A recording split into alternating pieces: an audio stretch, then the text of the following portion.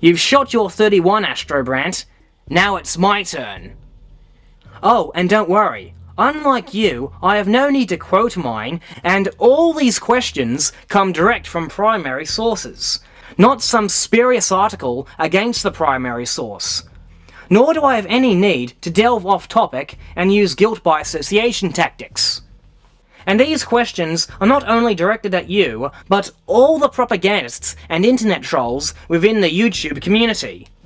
Your heroes are all the famous propagandists, a la Jay Winderley, Phil Plait, Jim Olberg, Robert Brannig, etc., the Apollo astronauts, or anyone who has flown in space in general, and pretty much anyone with a PhD at the end of their name.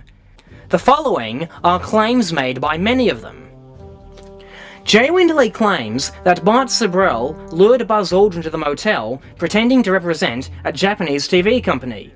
Is this true?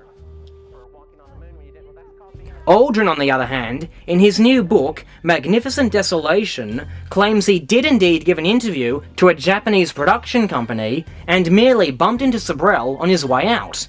Is Aldrin lying?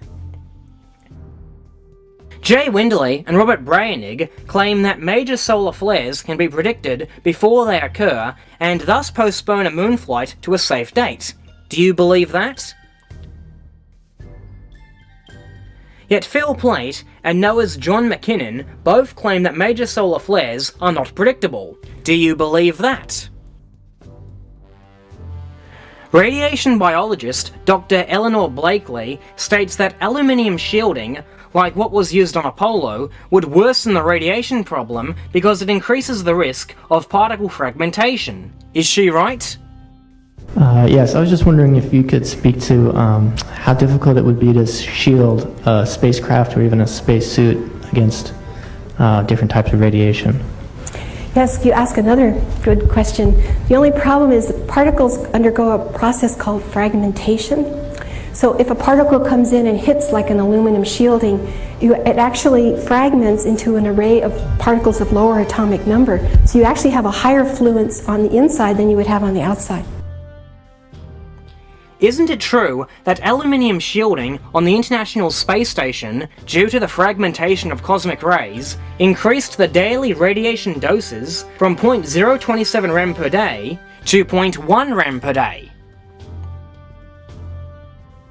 In the 1961 issue of Space World, Dr. James Van Allen stated, "A living organism cannot survive this level of radiation damage. Hence, all manned spaceflight attempts must steer clear of these two belts of radiation until adequate means of safeguarding astronauts has been developed, and that, owing to the great penetrability of the high-energy protons therein, effective shielding is quite beyond engineering feasibility in the near future. Hence, the inner zone must be classed as an uninhabitable region of space as far as man is concerned. The outer zone is much more difficult to avoid." Are Van Allen's claims of killer radiation true? Was Van Allen correct when he said, "The discovery is of course troubling to astronauts. Somehow, the human body will have to be shielded from radiation, even on a rapid transit through the region"?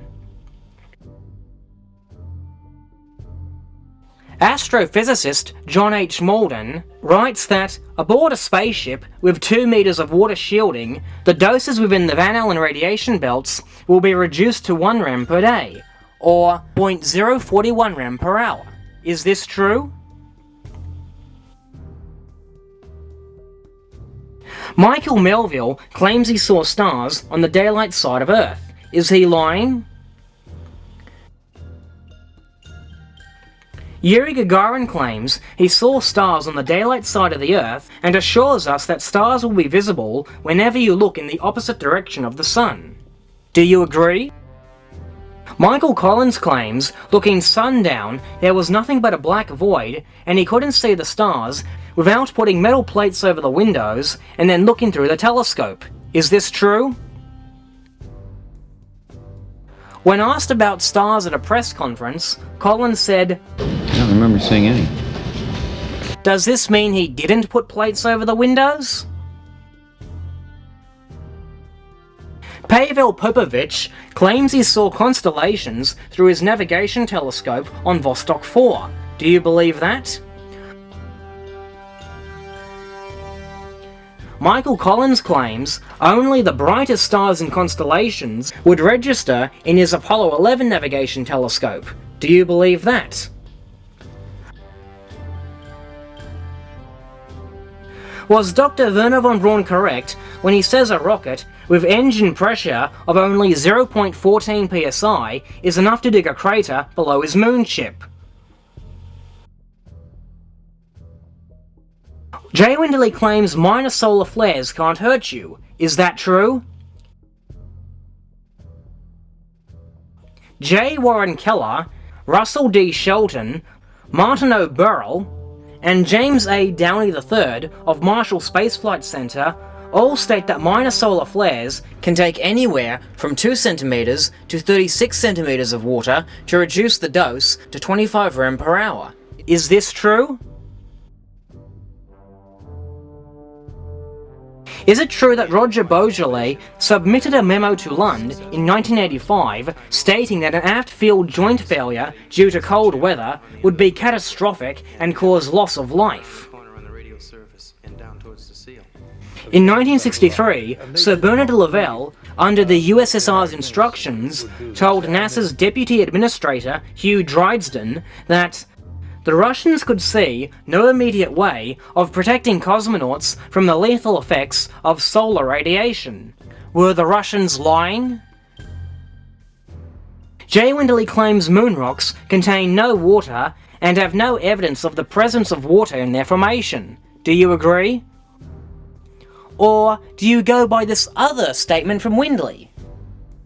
As a matter of raw observation, lunar samples have always shown a barely detectable amount of water. Do you agree with Mythbusters and Red Zero that it is impossible to bounce lasers off the moon's bare surface? Paul P. Haney announced that NASA had CCTV footage of the Apollo 1 fire. Do you agree? Mark Gray of Spacecraft Films denies this footage exists. Is he lying? Gene Cernan claims his lunar module produced a loud engine noise. Is this logical?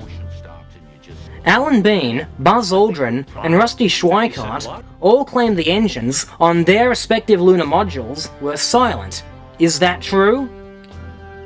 Was Frank Borman, the thermodynamics teacher, who must therefore have surely known about bomb calorimeters, being honest when he told Congress and the Senate that none of them were truly aware of the hazard of pure oxygen?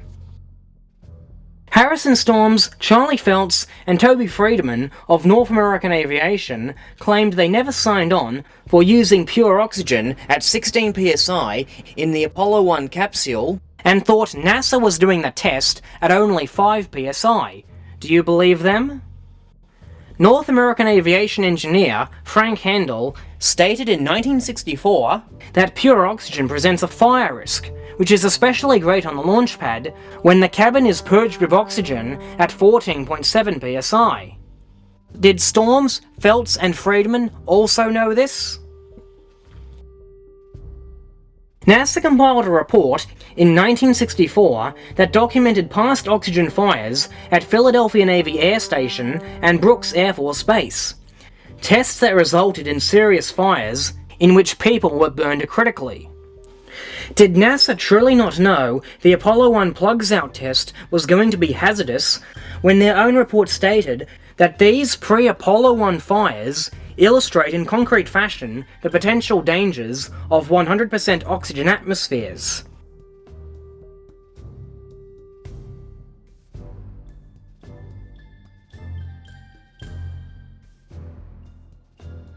Jet Propulsion Lab's Dr. Q Zheng has stated that he believes the Chinese spacewalk videos were filmed in a swimming pool on Earth.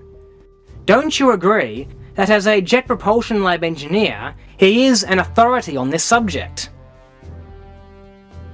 Sorry to add an additional question, but couldn't resist. Well, there you go.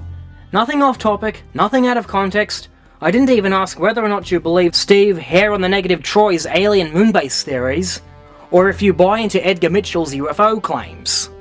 These questions should be pretty easy to answer with a simple yes or no, and I'll be keeping record of all the propagandists who answer these questions. But if you give contradictory answers, or answers that contradict claims you've previously made, you'd better be ready to offer explanation. Before I go, I do have one little off-topic question.